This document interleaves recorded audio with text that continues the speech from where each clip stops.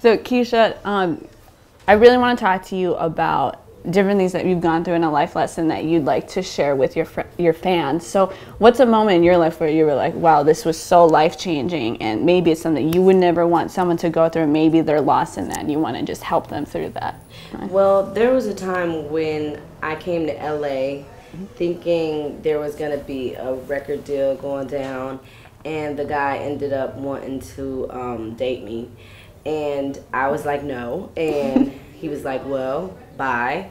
And I was like, okay, well, I hope that this wasn't a situation that, like, because I was, you know, at the time, like, God, please, I know that isn't an opportunity, or if it wouldn't be the way that you brought that opportunity to me. I know that, you know what I mean? So, no, I wasn't willing to go there, you know, and I'm thankful that I didn't.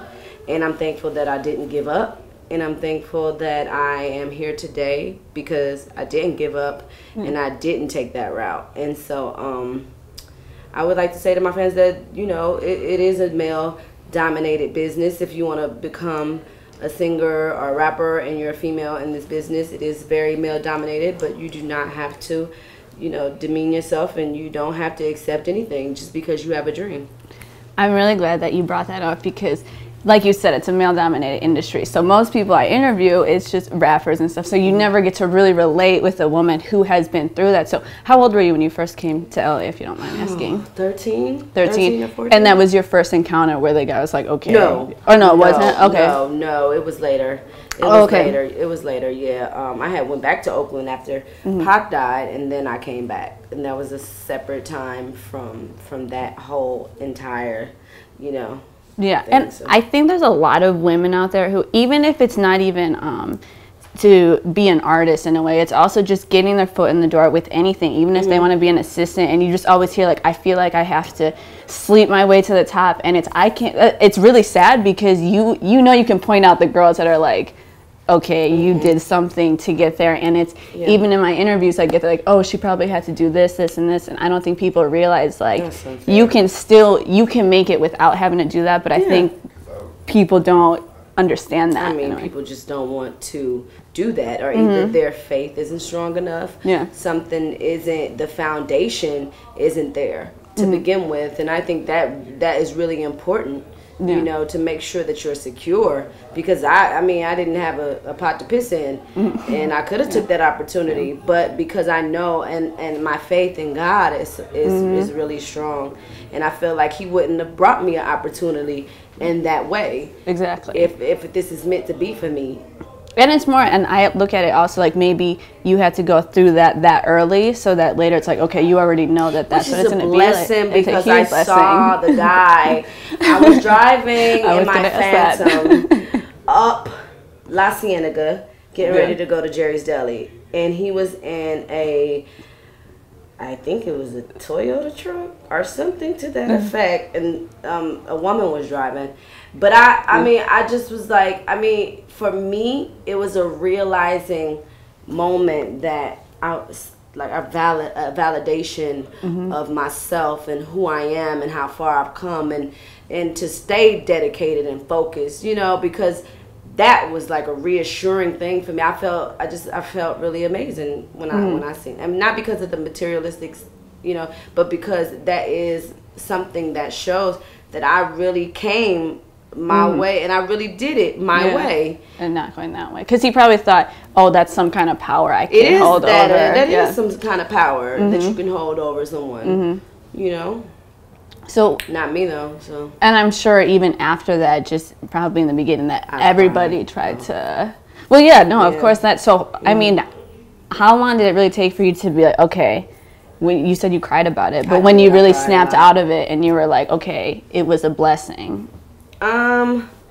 When I turned 21, well, I was 20, I drove here, and I met a few people, and then I got my deal with Ron Fair, and I mean, that was, I think, you were like, yes, okay, that is pretty damn boss right here. These moves that I'm really pulling right now, and you really came this far, like, I'm really proud of you to myself. That's awesome. No, that is awesome, especially because, like you said, there's not a lot of females in this industry. And so when you hear stuff like that, like, you didn't have to do that, and it's all about talent and your faith and stuff. Yeah, and then after that, you're just like, whatever you like, because now it's like... I'm sure that felt great when you saw him, and he was probably like, she did it. Right. So that's he did. He said, I'm really proud of you. I'm really, really proud of you. Did he ever apologize? Or was he just like pretending like it didn't happen? You know, guys are guys, so it's like, you know, they'll do whatever you allow. That's a good one also. So yeah. I like that you also talked about your faith in God. I think what's been awesome about this series is that you know that when you bring up religion or faith, people kind of get like, I know. I want to talk, but I'm the complete opposite. Every person I've done life lessons with, they've brought that up, and I think that's just such an awesome thing to hear, especially in an industry that's about just different things. So I want to talk about that. So what made you have such a strong faith in God? My foster mother, I was adopted. Okay. And she instilled that in me very young. And my father too, he believes in Yahweh. And my mother, you know, I mean, it's both, you know, God, but it's just differently viewed differently. Yeah. Like my father still smokes weed. But see, it's like we all do. Like, put that out, Pete. But you know, so it's just different beliefs in regards to religion. But it definitely was instilled in me very, very young, and I have both sides to compare. And you know, I've had that faith for a very, very long time. What was, maybe this is my last question, what was one key moment where it was like you had a prayer, you asked God for something, and then when it happened, you were like, okay, there is no other explanation? Very specific one, very specific one here is that when I was younger, I remember I was staying next door to Bayfair Mall, and in these apartments with my mother and my father. All my other siblings had moved out by that point, and I was the only one there, and I had a guinea pig that I'm very mad about. That what was your guinea pig's name? Guinea. Oh, it was Guinea. How big was he? A little bitty guinea. You know, it's funny, they always crack jokes about me naming my animals because I had a pig and I named it Piglet. So what? Just like, what other pets have you had? Just on a side note. A snake. Did you name turtle, a snake? Dog. What did you name the snake and turtle? Guinea pig. I didn't name the snake. He got away real quick because I found him in the backyard. He was a garden snake. Okay. So that was really the turtle. Nice, yeah. And then turtle was my son's turtle. We lost him. Like he just ran away. So well, I had a bright idea. I put him in the backyard because I wanted him to. I know.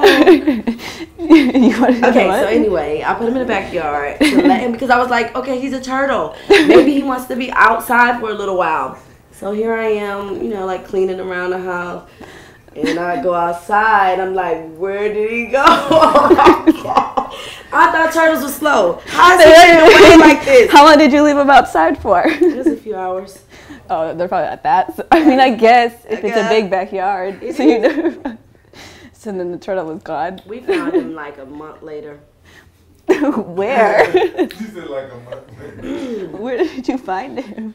How'd you know it was for sure him? Because still don't know if that's the truth. No, because dogs have leashes. What do you put on a turtle to know? Somebody brought it back and said, well, not somebody, Gib brought him back because I think because it was DJ's turtle, maybe he felt like, you know, he didn't want DJ to go without the turtle, so he just came in the house one day and was like, oh, I found the turtle. I was walking up the stairs and it was all like dirty and stuff, and I'm like, I don't know, you just found the turtle a month later. It's the thought that counts. Okay, well, I'm gonna take the turtle back because clearly the turtle thing is not working for us. I'm gonna get him a guinea pig and we're gonna name it Guinea. And now DJ would be like, Mommy, your guinea pig is freaking. So it's not even your guinea pig? Wow. Okay, got it. So Guinea. That's awesome. Because we had the pig, and we missed the pig. And I had to get the pig away because I didn't want it being at the house. And he was just, she was sweet, actually. She was very sweet. I love that pig. But we had to, you know, it was too much shit. I was like, listen, we're not doing the shit thing. Like, really? Like, you're a pig? Really? You shit? Okay, you have to go. This is not... Did you ever have my designer fabric? Are you serious? No. I want a pig now. Well, not because it shits, but because it shits. I want a bigger, like a bigger backyard for the pig, and I want, and the turtle? Yeah, and I want, it's possible, I want a couple things, like a horse. And, I want a penguin. Okay. That's really odd. Have you ever heard of anyone with a pet penguin? No. Exactly. So if I say I have a pet penguin, it's like... That's not even legal. Girl. I'm going to find a way. That's my girl right there. I'm going to find my penguin. I'm going to get you a turtle and another pig. And another pig. We're going to put them in the backyard. Yeah. And it's going to be a farm and we're going to have a good time. I don't even know why we brought up the pet. Wait, why did we even bring up the pets at first? It was something positive. We were talking about God, but then we started talking about pigs and penguins. I don't know. You got to watch me. I get really like No, wait. It was your faith. You said it was a specific moment where you were at the mall and then somehow we're talking about pets. How did we start on my guinea? Oh, because you asked the name. Yeah. Okay, so then there we go. Okay, so I prayed. I asked God one night. I said, God, please, I know, because we were taught that, like God is coming back. We were taught that. And so it's like, well, before you come back as a child, I'm like, I want to be a singer and I want to be able to take care of my family and have them all in one house and for us to all be together. Mm-hmm. And then I was like, okay, well, we're all together now. And then I'm a singer and we're not getting along. So what do I do? And it was like, that moment I was thankful for that, because even though like we have our ups and downs and we don't get along sometimes and stuff like that, but I'm glad that I'm able to be here for my family and open up doors for my sisters and my mom, even my foster mom and my brothers and and things like that. And one of them is my security, sometimes, and the other one, he's a rapper, and I just did a song with him, and so I'm excited about being able to be that person that can give back. Awesome. Okay, one last thing, just because you brought it up, you said that your dad, he's all about God, but he smokes weed, but that's one of the issues that I get when they're like, how can you say you're a Christian, but in your interviews you talk about certain things I talk about, or I say like I need a swear jar because I swear a lot. I need to expand my vocabulary. But they say like how can you be that? You're a hypocrite. You swear a lot because you need to expand your vocabulary? No, I said I need to expand my vocabulary because I swear so much. I'm like, I got to come up with different words to replace. We just said the same thing though. So okay, I'm asking that because I cuss a lot too. So now I'm like, wait, do I need to expand? No, I'm saying I just like the sound of curse it's just so much more powerful, and I feel bad, and I say, you know what, God probably doesn't like that, but I say there's a bigger picture. Another word for fuck, I'm saying. Is there another word? Because the other ones are so like, what do they say? Like, they say like, really gonna have that much meaning in a different word? No. Fuck? No. Okay, so I don't know. Is there another word? I don't know. I mean, I guess we can make up one for. That just sounds so much better. Real quick. Just Google that real quick. Is there another word for fuck? I'm serious. Huh? No, they say like frick, I guess, but that's boring. Like frickin' or. Doesn't have the power. Yeah, I'm like, I'm not gonna be scared of you if you say frick you, but if you say fuck you. Has so many different meanings. Get the fuck out of here. What the fuck are you talking about? Give another one. We're gonna go on a fuck phrase. What? That's too long. That's fucked up. That's another way to say fuck, because you say for heaven's sake, and then that doesn't. It makes sense because for heaven's sake is like. Oh my god. Can you really get it together? Like I guess. But what's the better way to say it? The more powerful, using the word fuck. How do you say get it together? The nicer way is to be for heaven's sake. I mean, for heaven's sake, can you stop fucking cheating? You gotta add both of them. I should have gave her different scenarios. What's a nice way to say? Okay, what's the nice way to say fuck off? Is so real. What's a nicer way to say fuck off? Stay away from me. I don't know. Just stay away from me. Fuck off is stay away from me. Definitely stay away from me. Oh, go fuck yourself. Go do away with yourself. This is so wrong, but this is so perfect because the interview goes from that. Okay, so what I just wanted to ask you was, what do you have to say about that when people say like, oh, how can you be all about God and then your parents like that, but then you do this or you talk about that? Well, my father is more about learning.